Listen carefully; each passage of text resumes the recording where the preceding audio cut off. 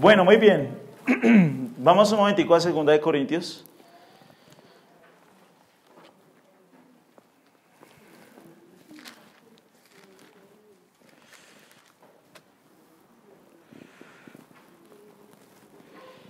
Segunda de Corintios 2:14.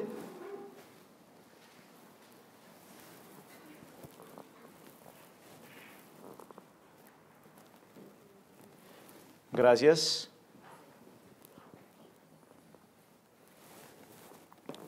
2 Corintios 2:14.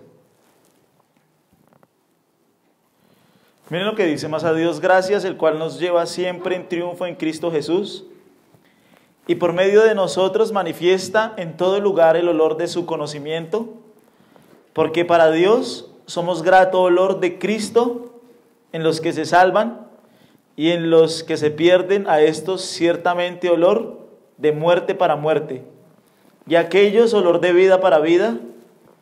Y para estas cosas dice él que ¿quién es suficiente? Ahora miren 17.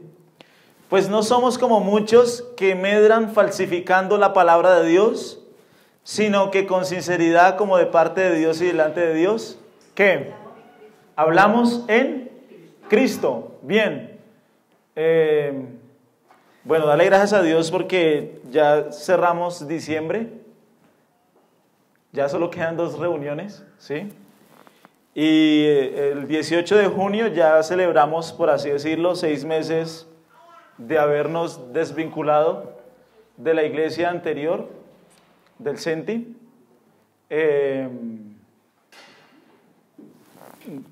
Creo que lo que dice el versículo 16 es muy importante.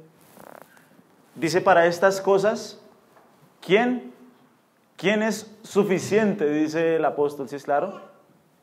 O sea, no hay ninguna persona que esté suficientemente capacitada para predicar la verdad de Dios, para predicar la verdad del Evangelio. Nadie es suficiente. Ni Watcher, ni Michelin, ni MacArthur, ninguno de los hombres, ni Pablo mismo dice, nadie es suficiente para poder exponer y predicar la palabra de Dios. Nadie es suficiente. Pero inmediatamente es como si cambiara de idea, y él dice: no somos como muchos que medran falsificando la palabra de Dios, ¿sí es claro? Y yo esta semana leí a alguien, de verdad decía que él daba gracias a Dios porque él podía estar en una iglesia bíblica, ¿sí? Y lo que les digo, nadie es suficiente, nadie está suficiente, no es suficiente, pero verdaderamente yo le doy gracias a Dios porque nos ha permitido exponer su palabra, nos ha permitido exponer la Biblia, creo que con una sana doctrina bíblicamente, ¿sí?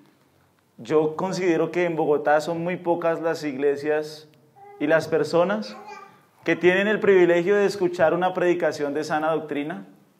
Creo que hay muchas personas enredadas, engañadas, y no ha sido fácil, ¿sí es claro? No ha sido fácil. Por lo que dice el versículo 15, miren un segundo el versículo 15. Porque para Dios, ¿qué somos? De Cristo en los que, ok, en los que se salvan, dice, nosotros hemos venido a hacer ¿qué? Un grato olor. ¿Qué significa eso? Huele rico. Huele rico, ¿sí es claro? Cuando una persona huele rico, pues es agradable compartir y conversar con esa persona, ¿sí es claro? Con algunos hemos sido grato olor. Ahora, en otros dice, hemos sido ¿qué? ¿Ya no está en esa versión de ustedes? ¿En el 16? Ah, bueno, pero hay con otros, dice Pablo, a los que hemos olido a muerte. ¿A qué huele la muerte? ¿Usted ha visto cuando sacan un muerto después de 5 años? Que lo desentierran, ¿sí? Uy, ese olor es hediondo, ¿sí? Ni siquiera quiere uno estar ahí, uno quiere salir de ahí porque huele horrible, ¿sí es claro? Y literalmente es lo que el apóstol está diciendo. Para algunos hemos sido grato olor, para otros olemos a muerte, ¿sí es claro? Él dice, nadie es suficiente para esto, pero seguro no somos como algunos que medran falsificando la palabra de Dios, ¿sí? Y yo personalmente quiero darle gracias a las personas que han orado por la iglesia, que han entendido la necesidad del evangelio, que han visto que no hay otro evangelio, solo hay uno, y que han ayudado a la iglesia, que han invertido en la iglesia, que han orado por nosotros. No es fácil, pero damos gracias a Dios porque ahí vamos. ¿Sí? Entonces quería decir eso nomás. Volvamos ahora sí a Lucas. A Lucas. No sé si alguien tiene alguna pregunta, duda de la iglesia. Bueno, Lucas, vamos al capítulo 5. ¿Sí es claro?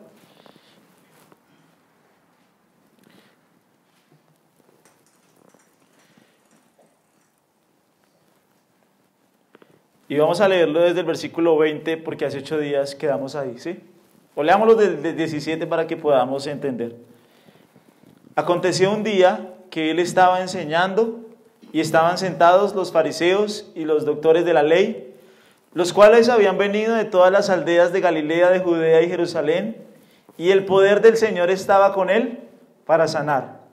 Y sucedió que unos hombres que traían en un lecho a un hombre que estaba paralítico, procuraban llevarle adentro y ponerle delante de él, pero no hallando cómo hacerlo a causa de la multitud, subieron encima de la casa y por el tejado le bajaron con el lecho, poniéndole en medio delante de Jesús.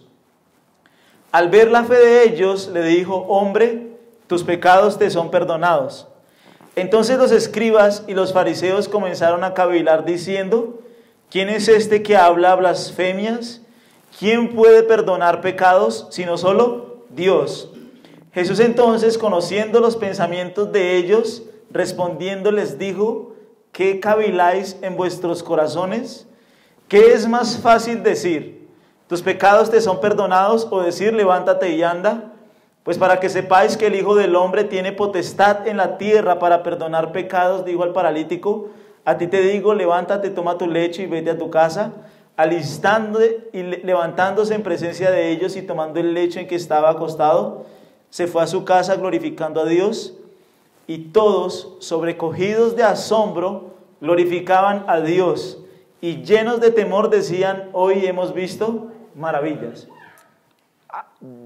A mí la verdad me parece muy interesante, me encanta leer la Biblia cuando Jesús desafía la teología de los fariseos. A mí me fascina ver esos encuentros porque el Señor les lleva a confrontar su mente, a chocar su mente contra la verdad. Es una forma impresionante la que Jesús utilizó para enfrentar a los fariseos, ¿sí? O sea, a lo largo del Evangelio de Lucas vamos a ir viendo cuando Jesús empieza a enseñar y Él pone sobre la mesa, por así decirlo, temas que para ellos son absolutamente intocables, ¿sí es claro? Temas que para ellos son supremamente sensibles y que ellos no quieren poner ni siquiera en duda lo que ellos conocían y lo que ellos sabían, ¿sí es claro? En este caso Jesús va a poner sobre la mesa, me encanta, ¿no? Hace 8 días vimos que el fariseo entró, ya está allí, está en el lugar, rompió el tejado y Jesús le dice, tus pecados te son perdonados. Inmediatamente la cabeza de los fariseos empezó a sucumbir, empezó a chocar en sus cabezas. Ellos empezaron a decir, este hombre habla blasfemias. Solo Dios puede perdonar el pecado. Y esa es una teología correcta. Solo Dios perdona el pecado. Ya vamos a hablar un poquito acerca de eso, pero quiero que vean que la naturaleza, la esencia de Dios es perdonar. La esencia del hombre es vengarse. Nosotros por naturaleza somos vengativos, somos orgullosos. No nos gusta pedir perdón. No nos gusta cuando nos sentimos ofendidos perdonar. Es algo que no está en el hombre, que no nace en el hombre. Al hombre no le gusta perdonar. El hombre por naturaleza es vengativo, es rencoroso. Nomás usted va tranquilo manejando por la ciudad, alguien lo cierra, inmediatamente el deseo del corazón, ¿cuál es? Bendecirlo, ¿cierto? No, usted quiere ir a cerrarlo, ¿sí es claro? O uno está jugando fútbol y alguien medio lo toca y ya tú en la siguiente quieres devolverla, ¿sí es claro? En la naturaleza del hombre está el orgullo, está el rencor, está el vengarse. Yo quiero vengarme por mí mismo. Eso se ve mucho en los matrimonios, ¿sí o no? Me hizo algo, la paga. La tiene que pagar. Tiene que sufrir el perdón para que yo se lo dé. Hasta la última gota de eso, ¿sí? Eso está en nosotros. Ahora, según Mateo 5, nosotros estamos más cerca de Dios cuando nosotros perdonamos a nuestros enemigos, amamos y oramos por los que nos maldicen y los ultrajan. O sea, un cristiano está muy cerca de mostrar el carácter de Dios cuando perdona a los enemigos, cuando ama a los que los ofenden, cuando es misericordioso, cuando perdona, ¿sí es claro? O sea, yo le preguntaba a Lina, ¿qué es más difícil, pedir perdón o perdonar? 1000 veces es más difícil pedir perdón. No, usted sí es muy orgullosa. No, yo creo que es mucho más difícil perdonar. Porque yo tengo que perdonar cuando me han ofendido. Y yo estoy muy ofendido y yo estoy herido. ¿Sí es claro? Para mí es muy fácil pedir perdón. Creo que perdonar es más difícil. Igual, las dos son difíciles por la naturaleza del hombre, ¿sí? Pero miren la esencia de que Dios busca el perdón, Dios busca la reconciliación, Dios es un Dios lleno de perdón, de gracia y de misericordia, ¿sí es claro? O sea, lo más natural que debería suceder en la vida de todos los hombres es que vivan, ¿cómo es que es? Es que nazcan, crezcan, se reproduzcan, mueran y vayan al infierno. Serio, eso sería lo más normal, lo más natural. Ahora, ¿qué hizo Dios? Él perdonó, Él buscó al hombre para perdonarlo, para redimirlo, para salvarlo. Es la esencia del Evangelio, es el mensaje de la iglesia. Nosotros en Navidad estamos pensando en regalos, ¿sí o no? ¿Qué le voy a regalar a este? ¿Qué le voy a regalar a este? Y uno está en función, sobre todo en Navidad se trata mucho de eso, ¿no? De los regalos. Y el regalo más grande, en serio, que nosotros hemos recibido es el perdón de absolutamente todos nuestros pecados, pasados, presentes, futuros. Todos perdonados por la sangre preciosa de Cristo Jesús. Es el regalo más extraordinario y es la necesidad más apremiante que hay en el corazón de los hombres, recibir el perdón de Dios. ¿Sí es claro? Si uno pudiera ver al paralítico, uno podría decir, este hombre está necesitado ¿de qué? ¿Un paralítico? No. De caminar, de salud. Este hombre lo que necesita, salud. Ahora, lo primero que Jesús le dio y le brindó fue su perdón, ¿sí es claro?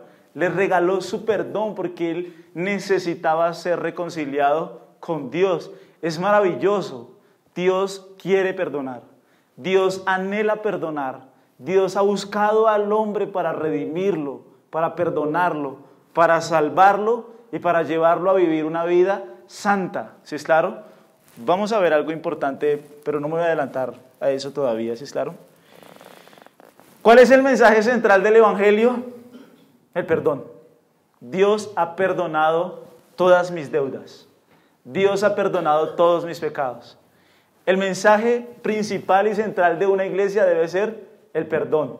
Debe ser el Evangelio, ¿sí es claro? No se trata de cómo tener una imagen mejor acerca de mí mismo o cómo ascender en 5 pasos. Sobre todo en este tiempo en las iglesias se pone muy famoso los propósitos del otro año, ¿no? Y entonces pasan los líderes orando con aceite y ungiendo las hojas y este año sí estreno casa, sí. O sea, está bien planificar, ¿no? No es que digan, ahora yo no voy a planificar. Pero el mensaje central de una iglesia siempre será el evangelio, siempre será el perdón. Es el mayor regalo que nosotros necesitamos escuchar, ¿sí es claro? Creo que algo que ofende mucho a las personas es que uno les diga que son pecadoras, ¿sí es claro? Mi tía es una buena persona, o sea, tú la ves y es una buena persona.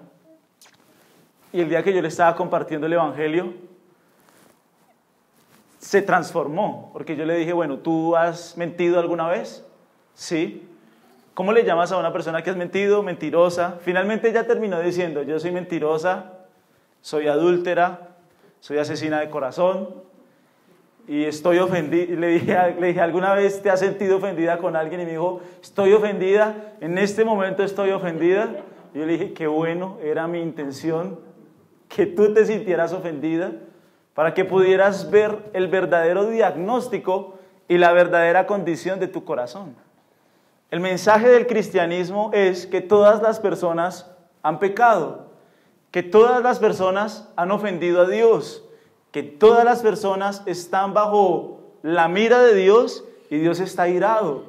Y el otro mensaje también es que Dios les ha perdonado en Cristo, que Dios ha extendido misericordia, salvación, vida eterna. Las dos cosas están juntas en el mensaje central del Evangelio.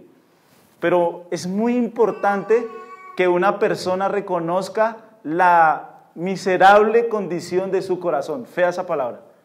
Pero una persona debe comprender que está totalmente en bancarrota, está en quiebra espiritualmente si no acude a Cristo por misericordia, porque Él ha quebrantado la ley de un Dios santo.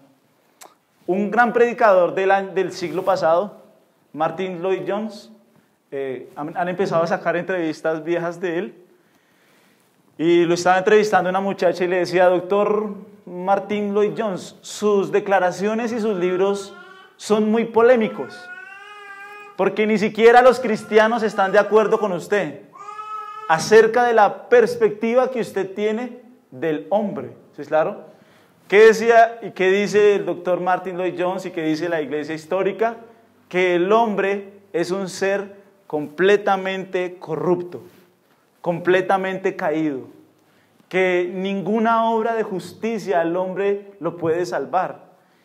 Si nosotros, miren, si cada uno de nosotros examinamos los más profundos deseos de nuestro corazón, nosotros tenemos que saber que somos egoístas. ¿Sí es claro? Que nosotros buscamos nuestro propio bien, nuestro propio beneficio, y que todos los deseos de nuestro corazón están centrados en nosotros mismos y que tienden al pecado, tienden a ir en contravía a la palabra de Dios.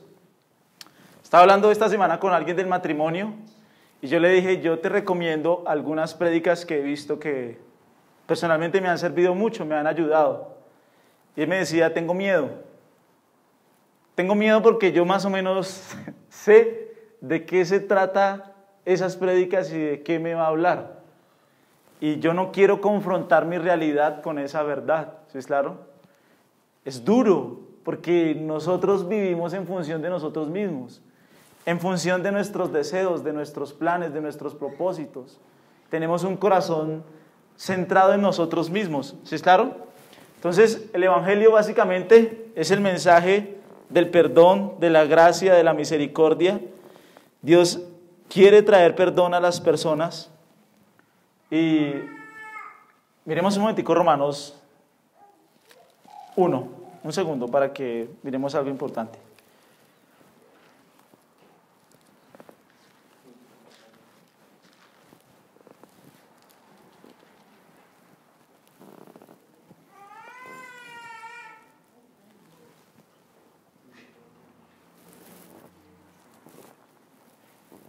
Miren Romanos 1:30.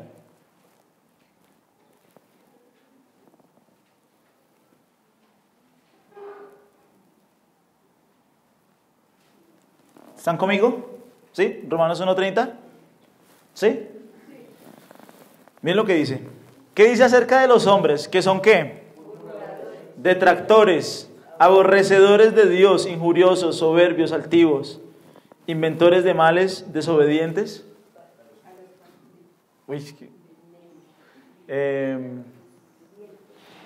Creo que personalmente para mí una de las enseñanzas más fuertes y más edificantes fue comprender que yo era un aborrecedor de Dios, ¿sí? Que bíblicamente yo era una persona totalmente incapacitada, como ese paralítico, para amar a Dios, ¿es claro? Para servir a Dios, para amar su palabra, para amar sus leyes, para amar sus mandamientos. ¿Cómo le dices hoy a un joven de 18, 19 años que a la luz de Dios está prohibido y es abominación para él fornicar? Para los jóvenes de hoy en día, ¿eso qué es? Lo más natural, eso es lo que no es normal, ¿sí es claro? Es normal, es natural. Solamente el poder de Dios y el poder del Espíritu Santo puede cambiar las convicciones más profundas de esa persona para que pueda entender su necesidad de obedecer a Dios, ¿sí es claro? Cuando la Biblia dice que nosotros éramos aborrecedores de Dios, es que básicamente nosotros aborrecemos o aborrecíamos sus leyes, ¿sí es claro? Por ejemplo, el que venimos hablando, el perdonar. Normalmente una persona no regenerada no quiere perdonar, no quiere perdonar. Se para en la raya y no quiere perdonar. ¿Qué significa eso? Que esa persona es aborrecedora de Dios. ¿Por qué? Porque quiere ir en contravía de Él, ¿sí es claro? Nosotros necesitamos reconciliarnos con Dios por medio de Jesucristo, ¿sí es claro? Creo que una de las tareas más difíciles este año ha sido llevar a las personas a entender que Dios y yo no éramos amigos. Dios y yo éramos enemigos. De hecho, Jesús en este pasaje le llama a él ¿qué? Amigo. Le dice amigo. En Lucas, estamos en Lucas, ¿sí? Le dice amigo, ¿tus pecados te son? O sea, ¿qué eran? No eran amigos. No, eran enemigos. Bíblicamente nosotros éramos completamente enemigos de Dios. Incapacitados para amarle, para servirle, para adorarle, para leer su palabra, para buscarle a Él, ¿sí? Para mí el regalo más grande es que en mi corazón haya una necesidad todos los días de buscar a Dios, serio. No hay un día en mi vida en que yo no sienta ese deseo de decir, Dios, te necesito. Obviamente no todos los días oro 3, 4, no sé, bueno, lo que uno ore, ¿sí? Pero todos los días en el corazón de una persona creyente está la convicción y el deseo y la necesidad de acercarse a Dios y de buscarle a Él. Desesperadamente el hombre necesita reconciliarse con Dios. De eso se trata la Navidad. Tu mayor problema no es tu casa, tu mayor problema no es tu trabajo, tu mayor problema no son tus hijos, tu mayor problema no es tu esposo, tu mayor problema es tu vida espiritual. Porque si tu vida espiritual está mal, no hay paz, no hay gozo, no hay salud emocional, ¿sí es claro? El matrimonio es un infierno, en serio. Si Dios no reina y si Dios no mora en el corazón de las personas. Es un completo infierno, es un desespero. Yo le digo a Lina, yo la verdad, yo sin el Señor, yo no me caso. No, muy difícil. ¿Cómo nosotros mediamos, conciliamos, hablamos? La Biblia es la palabra autoritativa de Dios. Si Él no gobierna la casa, en vano trabajan los que la edifican. Nosotros desesperadamente necesitamos que nuestra relación con Dios esté firme, esté fuerte. Y el máximo propósito de un cristiano debe ser leer la Biblia que está en sus manos y comunicarse con un Dios santo. Porque el cristianismo de hoy es tan ignorante. La gente no lee, es increíble. Yo estoy leyendo la Biblia de William Tyndale, el libro, la biografía de William Tyndale, ¿sí? Reformador inglés. Tradujo la Biblia del griego y el hebreo al inglés. Usted sabe que la Iglesia Católica, ellos tenían su negocio, ¿es claro? Y básicamente los únicos que tenían la Biblia eran los papas, los padres, los sacerdotes. Entonces ellos tenían la Biblia en latín, de la Vulgata latina, ellos tenían la Biblia en latín, ellos daban la misa en latín y la gente no tenía acceso a la palabra de Dios. ¿Se imagina usted eso? La gente no tenía acceso a la Biblia que tú tienes en las manos. Esa Biblia no la podías tener, no la podías conseguir, solo la tenían los papas. Entonces, ¿qué hizo William Tyndale? ¿Qué hizo Martín? Martín Lutero tradujo la Biblia al alemán, ¿sí? Tyndale tradujo la Biblia al inglés. Entonces este hombre una vez traduce la Biblia, primero tradujo el Nuevo Testamento, sacó 3000 copias y empezó a repartirlas. Después tradujo el Antiguo Testamento y por haber traducido la Biblia y poner la Biblia en las manos de las personas lo mataron. Lo mismo hicieron con Martín Lutero, que tradujo la Biblia al alemán. Para que tú puedas tener la Biblia que hoy escondes en tu cuarto, en tus manos. El libro más manchado de sangre que hay sobre la tierra, ¿adivina cuál es? Sí, señores. Porque ese libro, los hombres que han querido poner la Biblia en las manos del pueblo, en las manos de las personas, han muerto. Es el regalo más preciado y valioso que nosotros tenemos. ¿Sí es claro? Miremos un momentico Proverbios 17:15.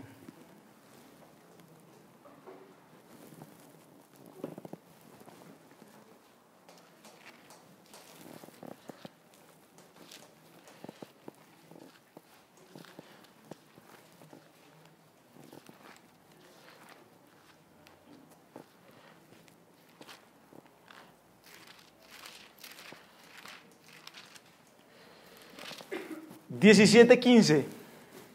Miren lo que dice. ¿Están conmigo? ¿Sí? El que justifica al impío y el que condena al justo, ambos son igualmente abominación. ¿Cómo? ¿Te puedo preguntar tu Biblia cómo dice? Dos cosas detesta el Señor, que se castiga al inocente y que se condena al culpable. Ese está mejor. Dos cosas que detesta el Señor, aborrece, ahí dice abominación, que se condene al justo, eso, que se castigue al inocente y que se perdone a quién. Muy bien, muy bien. No sé si ustedes han visto esos programas de esas personas que estuvieron en cárcel 20 años y eran inocentes. Bravo. ¿Qué siente uno cuando uno ve eso? Dios mío, qué injusticia. 20 años, ya no hay dinero que le reponga el tiempo, ¿no? ¿Cómo nosotros vemos eso? Como abominación, ¿sí es claro? Ahora, ¿cómo nosotros vemos que se perdone al culpable? Para nosotros que se perdone a un culpable, ¿qué es? Es horrible. ¿Cómo vamos a perdonar al culpable? Eso se ve algo horrible, ¿sí es claro? Dice que eso es abominación a Jehová. Ahora, en la Biblia, el único que puede perdonar al culpable es Dios. Porque Dios fue el que hizo la ley. Porque Dios interpretó la ley. Porque Dios es el que juzga. Porque Dios es el que va a traer juicio. Por eso solamente Dios, ¿qué? Es el que puede perdonar. Y por eso la teología de los fariseos que están allí sentados, están en crisis. Están chocando con ellos mismos. Porque ellos saben que solo Dios puede perdonar el pecado. De hecho, si ustedes miran un segundito Lucas 5, literalmente dice, ¿quién es este hombre que está hablando blasfemias? Le dicen a Jesús. ¿Jesús es Dios o Jesús es un blasfemo? Dos cosas tienes que definir con este pasaje. Ningún ángel a lo largo de la Biblia perdonó pecados. Ningún ángel a lo largo de la Biblia estuvo en la capacidad de perdonar pecados. Ningún profeta de Dios perdonó pecados. Por eso los fariseos están aterrorizados y están diciendo, este Jesús está hablando blasfemias. Porque solo Dios puede perdonar el pecado. El perdón de los pecados reside únicamente en las manos de Dios. Ningún hombre puede perdonar los pecados porque yo he ofendido ¿a quién? A Dios. Dios mismo es el que tiene que venir y perdonarme, ¿sí es claro? Vamos a Lucas 5 para que me acompañen, por favor.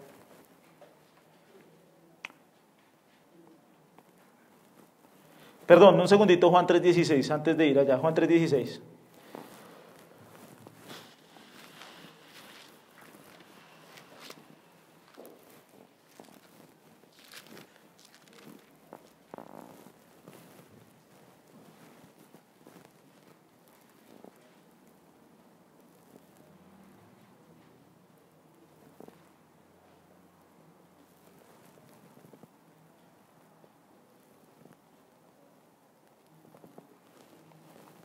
Miren lo que dice Juan 3:16, porque de tal manera amó Dios al mundo que ha dado a su Hijo unigénito para que todo aquel que en él cree no se pierda, mas tenga. Bíblicamente la base del perdón es el amor, ¿es claro? Como lo dice Romanos 5:8, Dios muestra su amor para con nosotros en que nosotros, siendo aún pecadores, Cristo murió por nosotros. La base del perdón es el amor de Dios, no hay otra cosa. Dios soberanamente le ha placido amarnos, perdonarnos, limpiar todos nuestros pecados pasados, presentes y futuros. Creo que es algo maravilloso. De hecho, el Salmo 32, el rey David dice: bienaventurado, feliz, dichoso aquel cuya transgresión ha sido perdonada. Feliz aquellos a quienes Dios ha cubierto su pecado. Llenos de gozo y alegría aquellos que han experimentado el perdón de Dios. Aquellos a quienes Dios ha perdonado son felices, son bienaventurados, son llenos de gozo y de felicidad aquellos que en su corazón, en lo más profundo de su ser, han visto su condición, han visto la mendicidad de su corazón y han recibido el perdón que solamente Dios les puede ofrecer. ¿Sí es claro? Miremos un momentico ahora sí Lucas 5 para que veamos algo.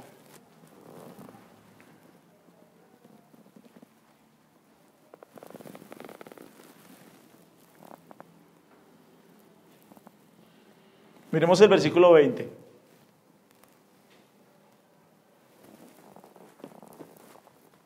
Dice así: al ver él la fe de ellos, le dijo, ¿qué le dijo? ¿Por qué Jesús está perdonando pecados? Es la pregunta que nosotros necesitamos resolver. Este hombre, el paralítico, y Jesús nunca se habían visto, ¿sí es claro? O sea, no es una ofensa personal, porque el paralítico estaba paralítico, ¿se acuerdan? Totalmente inmóvil. Este hombre no le había hecho nada, no le había hecho nunca nada antes a Jesús. O sea, Jesús no le está perdonando porque este hombre le hizo una ofensa o le hizo algo a él. Jesús está perdonando sus pecados por algo más grande, por algo superior, ¿sí es claro? Jesús no le está perdonando porque, ay, ustedes entraron en la reunión, me rompieron el techo, me interrumpieron mi enseñanza. Jesús no le está perdonando por nada de eso. Jesús le está perdonando porque si nosotros miramos el verbo griego, está perdonando sus pecados permanentemente, los pasados, los presentes y los futuros. Solo Dios puede perdonar los pecados que nosotros hemos cometido contra Él, ¿sí? Quiero que entiendas esto y espero que quede de una forma clara. Si nosotros vamos donde un sacerdote y nosotros confesamos nuestros pecados, y Él aparentemente y supuestamente perdona mis pecados, Él está tomando el lugar que única y exclusivamente le pertenece y le corresponde a Dios. Haga de cuenta que alguien viene y ofende a Lina, ¿sí es claro? O no, voy a poner otra persona. Ofende a un amigo mío, ¿sí? Alguien ofende a un amigo mío y viene a pedirme perdón por la ofensa que le cometió a él, ¿sí es claro? Entonces no, imagínese que yo le pegué a Pedrito, yo le pegué a Pedrito y yo quería pedirle perdón a usted. ¿Yo lo puedo perdonar a él? ¿Por qué no? Yo ahí no tengo nada que ver, ¿sí? Su problema es con Pedrito. Es lo mismo con Dios. Yo no puedo ir a ningún hombre para que me perdone mis pecados. Porque pues fácil, uno perdona los pecados de cualquier... ¿sí? No, pues tranquilo, yo lo perdono porque usted ofendió a Pedrito, ¿sí? Yo solamente puedo ir a Dios porque mi ofensa fue contra Dios, ¿sí es claro?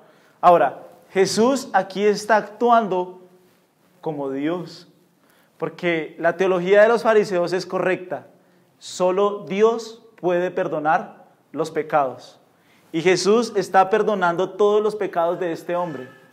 Nosotros de aquí tenemos que salir con algo en la cabeza, claro, firme y estable en nuestra cabeza.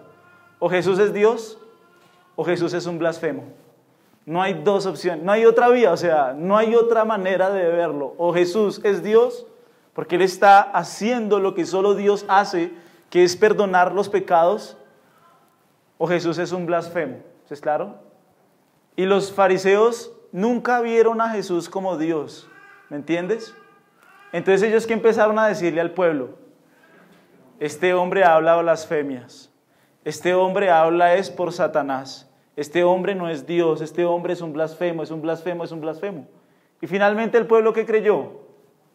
Que era un blasfemo, por eso lo mataron. ¿Sí es claro? Es tremendo, este pasaje es tremendo, porque Jesús está haciendo lo que Dios únicamente hace. Dios es quien concede el perdón, porque Dios es el ofendido. A Él, contra Él es que yo he pecado. ¿Se acuerdan el Salmo? Creo que es el 51. Contra ti, dice el salmista, contra ti solo he pecado y he hecho lo malo delante de tus ojos. El ofendido es Dios. Por eso solo en Dios hay perdón y Jesús está perdonando el pecado. O sea, imagínense que aquí hayan fariseos y yo me pare y yo les diga, tus pecados te son perdonados. Eso inmediatamente en la mente de ellos empezó a retumbar. ¿Qué es lo que está sucediendo aquí? Ningún hombre jamás ha dicho eso, ha hecho eso, ningún profeta ha enseñado eso. Este Jesús es un blasfemo. Es lo que ellos están maquinando inmediatamente en sus cabezas y en sus mentes. Ellos no pudieron comprender que Jesús era Dios encarnado porque Él estaba perdonando el pecado. De eso se trata la Navidad. La Navidad se trata de Dios hecho hombre, Emmanuel, Dios con nosotros. El nacido de una virgen, quien vivió una vida perfecta, sin pecados, está delante de ellos. El mayor pecado para el judío es la blasfemia contra Dios. Ahorita vamos a hablar un poco acerca de eso, pero quiero que veas que Jesús está haciendo lo que solo Dios hace. Ningún hombre, ningún sacerdote, ninguna persona nunca jamás puede perdonar mis pecados. Yo lo que sí puedo hacer es decirle a una persona, mira, si tú te has arrepentido y tú has confiado en Cristo, seguramente Él ha perdonado todos tus pecados. Pero yo no tengo la capacidad ni la autoridad de decirle a nadie, yo te perdono. Ve y reza 10 Padres Nuestros y estás a cuentas con el Padre. Mentira, es una tremenda blasfemia. Eso es blasfemia, ¿sí? Es jugar con lo que solamente Dios hace y le corresponde y le pertenece a Él. ¿Sí es claro? Entonces, miren lo que dice el versículo 21.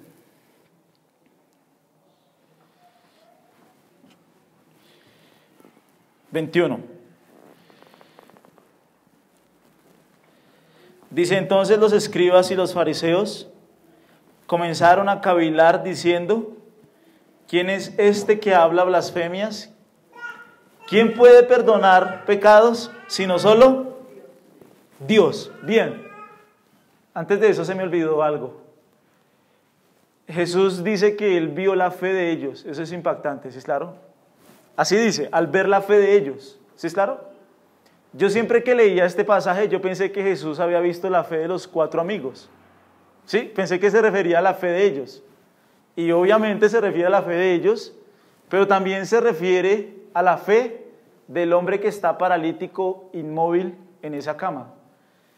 Quiero que entiendas algo. Ninguna persona nunca jamás va a ser perdonada hasta que reconozca la desesperada condición de su corazón y clame a Dios en arrepentimiento. Hoy en las iglesias modernas, nosotros le decimos a las personas que hagan con nosotros una oración y declaramos y decimos que ahora esas personas son salvas para siempre. Mentira. Si nosotros miramos la historia de la iglesia, a mí me gusta mucho leer la historia de la iglesia. Por ejemplo, cuando Charles Spurgeon predicaba, dice que en las columnas de la iglesia, las personas que durante la prédica se sentían convencidas de pecado, inmediatamente se paraban sobre las columnas, abrazaban las columnas y empezaban a llorar, dolidos por su pecado, porque habían ofendido a Dios. ¿Cómo se siente uno cuando ofende a alguien que uno quiere? Mal. La embarré. ¿Sí es claro? Uno se siente, ¿qué dije? ¿Qué hice? ¿Cómo fui a decir una cosa de esas? Le he ofendido. Ahora, imagínate cuando una persona verdaderamente es contristada y convencida de pecado. Ella inmediatamente debe sentir dolor porque ha ofendido a Dios. Entonces, cuando, por ejemplo, en la iglesia, en el tabernáculo de Manchester, Spurgeon predicaba y la gente se paraba, abrazaba las columnas y lloraba su pecado. David Brainerd, un misionero de 21 años en los Pieles Rojas en Estados Unidos, dice que mientras él enseñaba el evangelio, literalmente los indios se tiraban sobre el piso y lloraban y decían cómo toda nuestra vida adoramos a otros dioses, seguimos a otros dioses, hicimos rituales a otros dioses, hemos ofendido a Dios y necesitamos perdón. Solamente una persona va a ver el perdón como un regalo cuando ella considere que lo necesita. ¿Han escuchado esas encuestas Gallup? Las encuestas Gallup, bueno, hace 10 años hicieron una entrevista entre cristianos evangélicos, ¿no? Ni siquiera entre incrédulos, ni siquiera entre cristianos liberales, sino entre cristianos evangélicos. Y la pregunta es, ¿usted se considera una buena persona? Lo más increíble es que entre evangélicos, el 76% de las personas contestó que se consideraban buenas personas. Con razón hoy hay tanta iglesia donde entretienen a la gente, ¿sí es claro? Un cristiano debe verse como Dios lo ve. Y literalmente, si nosotros leemos la Biblia, tenemos que ver y entender que estamos completamente en bancarrota delante de Dios.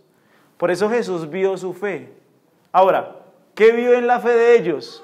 Persistencia, insistieron, persistieron, no desistieron, continuaron hasta que ese hombre estuvo delante de Jesús. Y básicamente la fe salvadora es la fe en la que tú confías y te entregas completamente a Cristo. Una persona debe saber que no tiene otra esperanza, no tienes otra esperanza. Nada más puede llenar la necesidad apremiante que hay en tu corazón. Ningún dinero, ninguna persona, ningún bien, nadie nunca jamás puede salvar y redimir tu alma de la pérdida en la que se encuentra. Literalmente nosotros podríamos decir, este paralítico lo que necesita es sanidad. Pero Jesús lo que hizo fue ofrecerle el perdón de sus pecados, la libertad de su alma. Ya no eres esclavo del mundo, ya no eres esclavo de ti mismo, ya no eres esclavo de tus deseos, de tus pasiones. Has sido limpiado, has sido liberado, has sido regenerado por la preciosa sangre de Cristo. ¿Sí es claro? Literalmente nuestro corazón en Navidad se debe conmover con eso. Dios se hizo hombre, eso es Navidad. Dios se encarnó.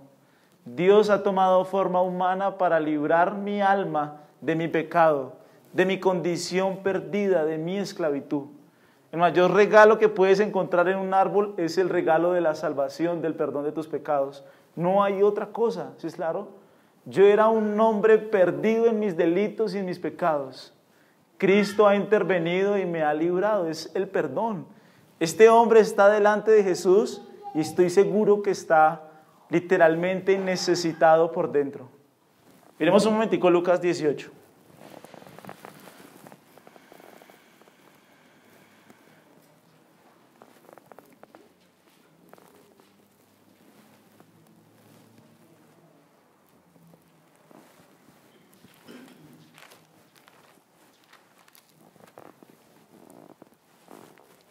Miremoslo desde el 9.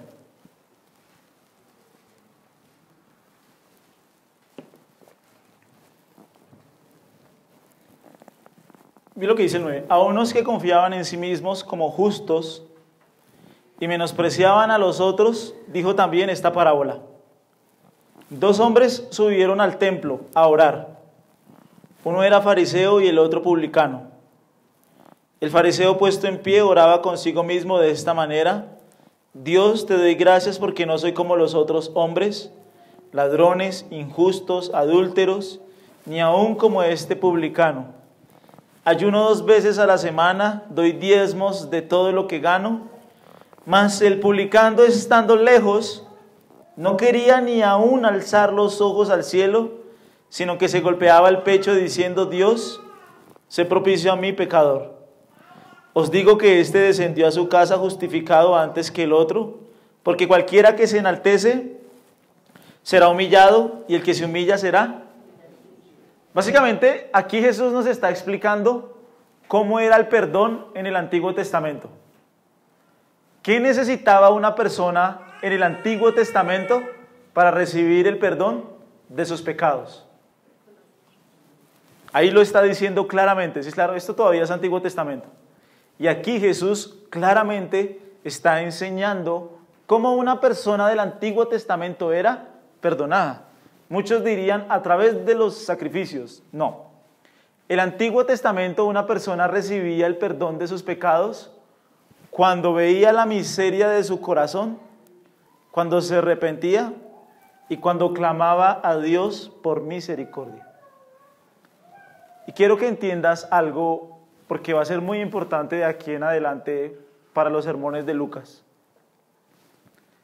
¿Ustedes creen que este hombre creyó que Jesús era Dios? ¿El paralítico? No, no creo. Yo creo que el hombre creyó que Jesús era un mensajero, era un enviado de Dios. Yo creo que él sabía que en Jesús había un poder especial y que Jesús tenía un mensaje único para darle.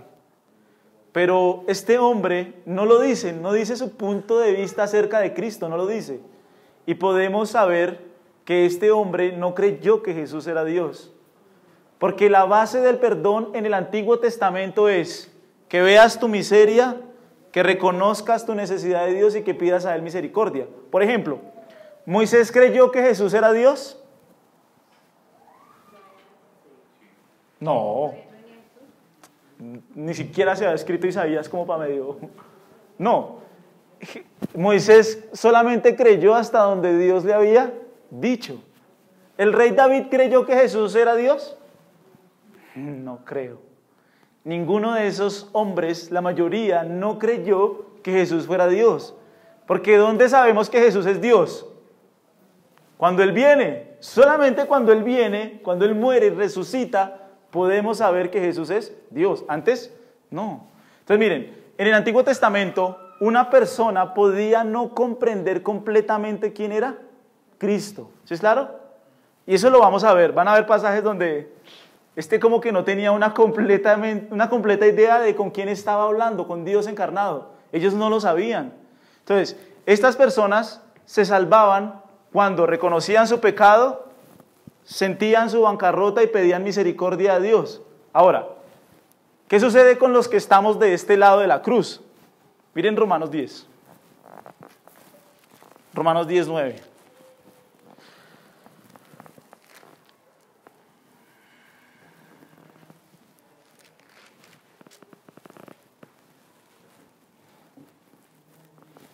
¿Qué es requisito para la salvación? Bien, que si tú qué. ¿Y qué más? ¿Qué debes confesar con tu boca? ¿Qué significa eso? Señor Carius, griego Carius, que Jesús es Dios. Y que Dios le levantó de los muertos para respaldar y verificar su deidad. Todas las personas después de Cristo, de su resurrección, deben creer que Jesús es Dios. Lo dice ahí, no lo digo yo. si confiesas con tu boca que Jesús es el Señor y creyeres en tu corazón que Dios le levantó de los muertos, serás salvo. Ahora, con los hombres del Antiguo Testamento no era así, ¿sí es claro? Los hombres del Antiguo Testamento veían su bancarrota, pedían a Dios misericordia y Él extendía su gracia. Porque su justicia, la justicia de los hombres del Antiguo Testamento y del Nuevo Testamento, la condensó en la cruz.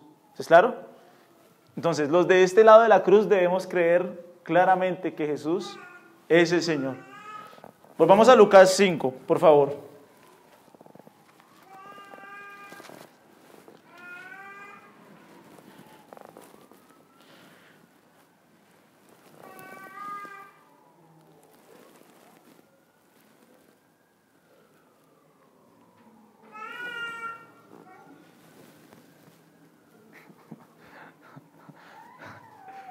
Entonces, si una persona en esta mañana se cree buena persona, ha hecho mal el diagnóstico. Ha hecho mal el diagnóstico. Y es un diagnóstico que le puede costar la eternidad, la salvación. Yo espero que si alguna vez les hacen una encuesta y les preguntan que si ustedes son buenas personas, de corazón puedan decir, soy muy malo, soy horrible, soy muy malo. Pero por la gracia de Dios me ha perdonado, me ha salvado y Él ahora me lleva a andar en vida nueva, ¿sí? Muy bien. Ahora, pregunta, ¿qué es una blasfemia? Una calumnia. Bueno, en la época de los judíos habían tres tipos de blasfemia. Primera blasfemia, que tú hablaras mal en contra de la ley escrita de Dios. Terrible, blasfemia. Si un hombre hablaba mal acerca de la ley escrita de Dios, apedreado. No puedes hablar mal en contra de lo que Dios ha escrito en su palabra. Eso es blasfemia. Es el primer. De hecho, no sé si ustedes se acuerdan cuando Pablo en Hechos 21 va a Jerusalén, ¿se acuerdan? Va a Jerusalén y los judíos lo ven en el templo. Inmediatamente, ¿qué lo quieren hacer? Lo quieren matar porque dicen, este hombre ha blasfemado contra la ley y contra este lugar santo. Para los judíos el primer tipo de blasfemia era hablar mal de la ley. El segundo tipo de blasfemia era hablar mal en contra de Dios. Si tú decías algo mal en contra de Dios, blasfemo. No podías hablar mal en contra de Dios porque inmediatamente era blasfemia. Y el tercer tipo de blasfemia era adorar o idolatrar otras cosas. Si tú adorabas o idolatrabas otra cosa, blasfemia, blasfemo. Tres tipos de blasfemia. Ahora, para el colmo de males, la blasfemia más terrible es que alguien se hiciera igual a Dios. Y eso es lo que está sucediendo en este pasaje. Literalmente ellos están diciendo, este hombre está hablando blasfemia. Miren un momentico Levítico 24.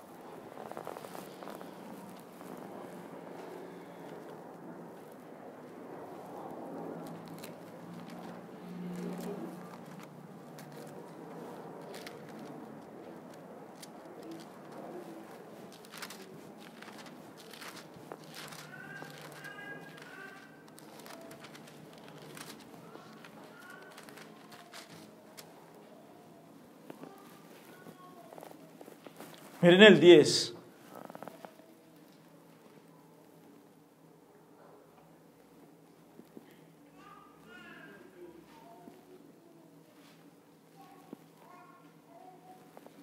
En aquel tiempo, ¿sí? ¿Están conmigo?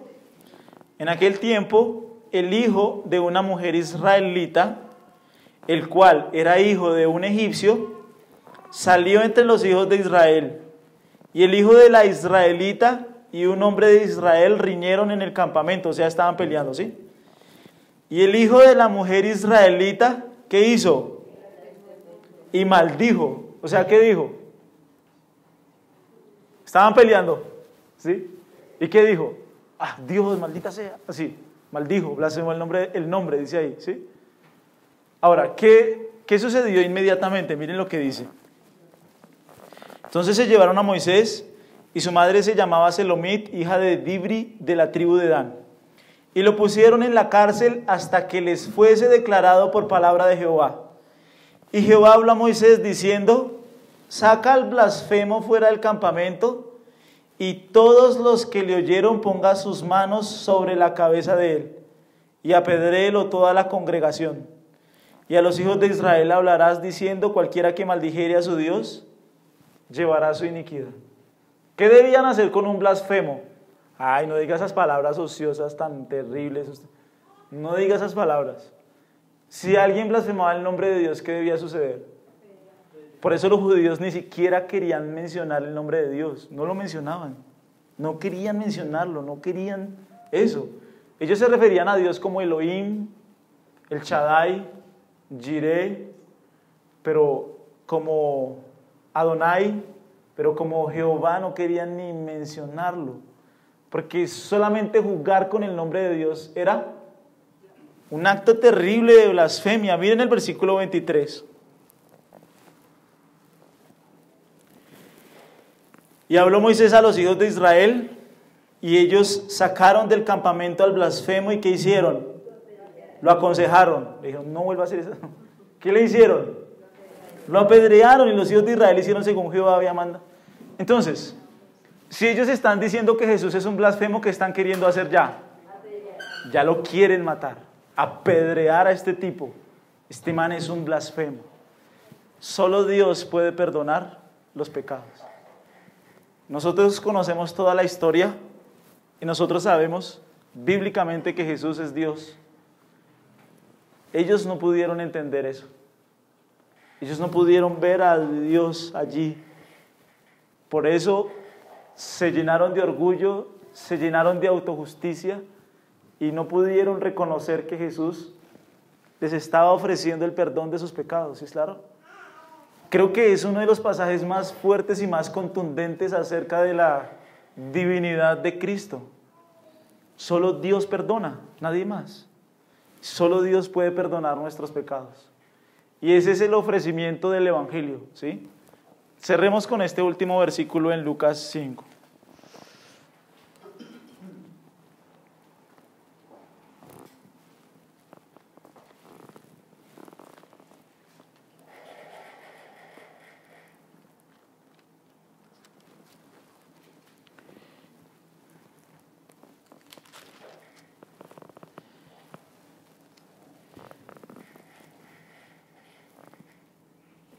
Miremos el 22 un segundo.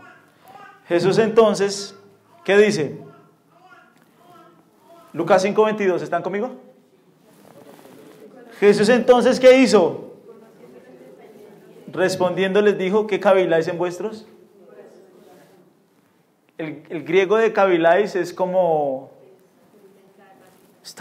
maquinar, están dando vueltas así, están dando vueltas, están idos.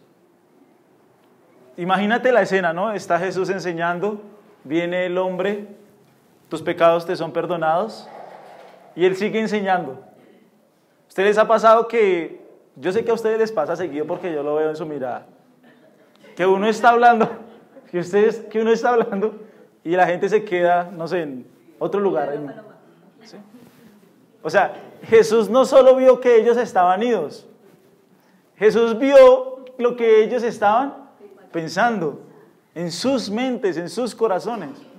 Entonces imagínate a Jesús enseñando, él sigue enseñando, y ellos en su cabeza: ¡ah, qué blasfemia es esta! Todos están allí chocando en sus mentes con lo que Jesús acababa de decir. ¿Sí? Claro, yo creo que a ellos les provocaba pararse e irse, ¿sí? No, apedrearlo de una vez, no sé.